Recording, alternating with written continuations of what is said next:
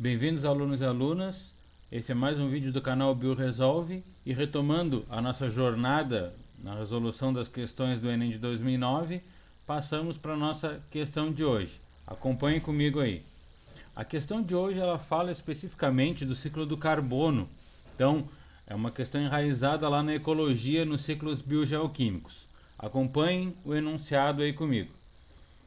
O ciclo biogeoquímico do carbono compreende diversos compartimentos, entre os quais a Terra, a atmosfera e os oceanos, e diversos processos que permitem a transferência de compostos entre esses reservatórios.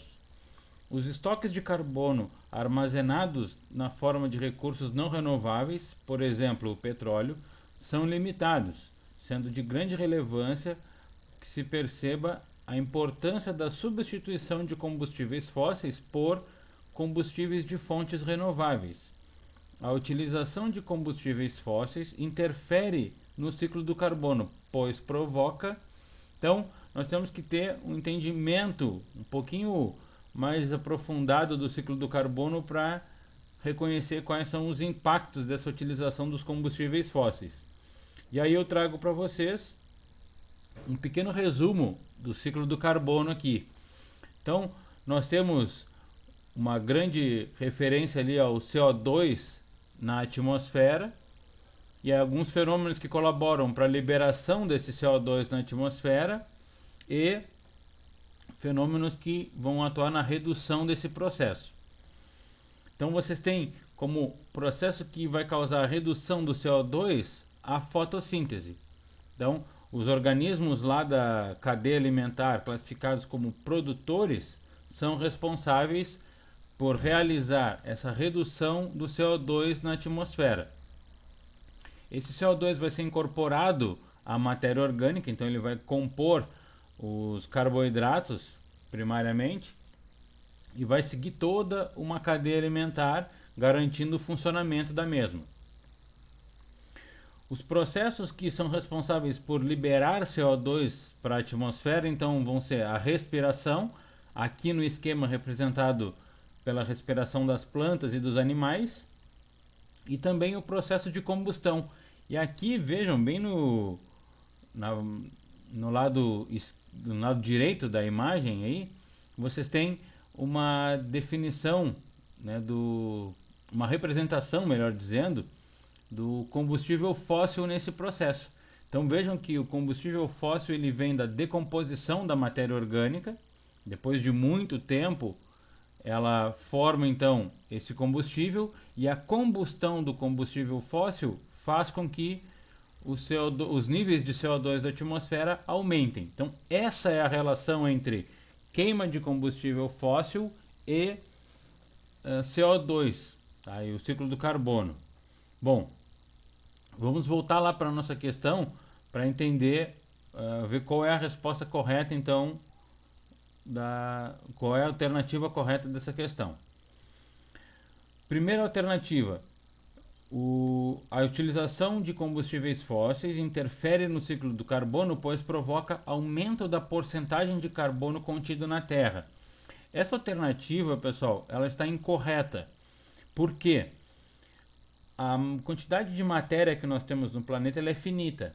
Então, o que acontece no nosso planeta é basicamente uma transformação constante da matéria. Então, não tem nem aumento nem redução da quantidade total de carbono, e sim a transformação constante desses compostos, e o carbono, então, se encontrar concentrado mais concentrado em uma forma específica do que em outra.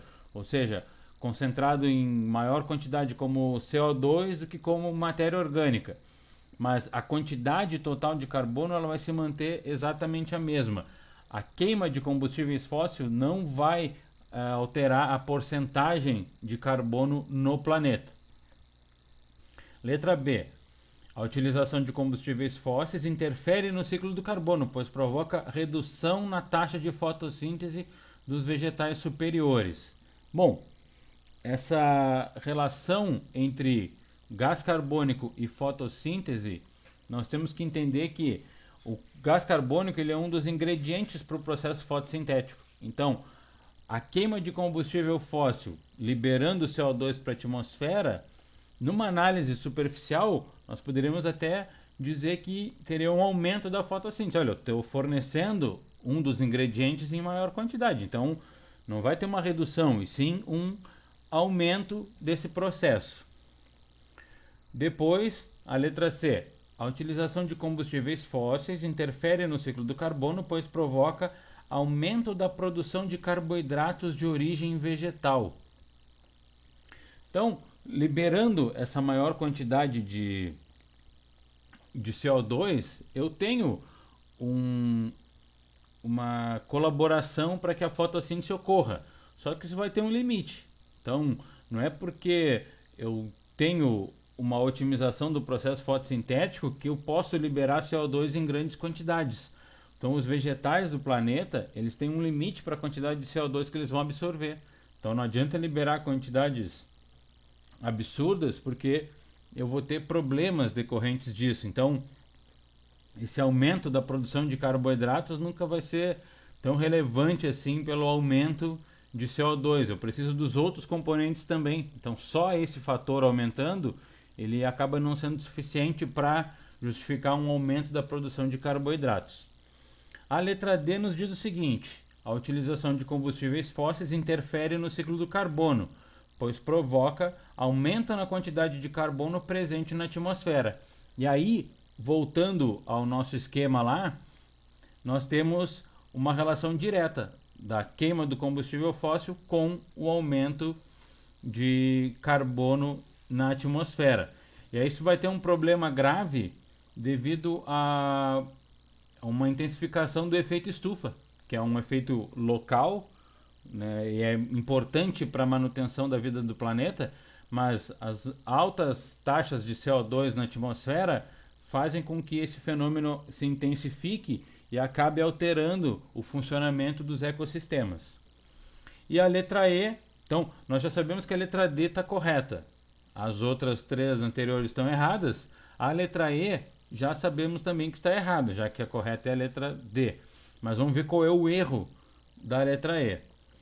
Então, a utilização de combustíveis fósseis interfere no ciclo do carbono, pois provoca redução da quantidade global de carbono armazenado nos oceanos. Então, os oceanos vão ter uma relação direta com o carbono, né, especificamente o carbono do CO2, na absorção desse carbono. Então, se eu liberar uma quantidade maior de gás carbônico na atmosfera, é de se pensar que num primeiro momento os oceanos teriam um aumento desse armazenamento, já que é nos oceanos que nós temos as maiores taxas de fotossíntese acontecendo, ok?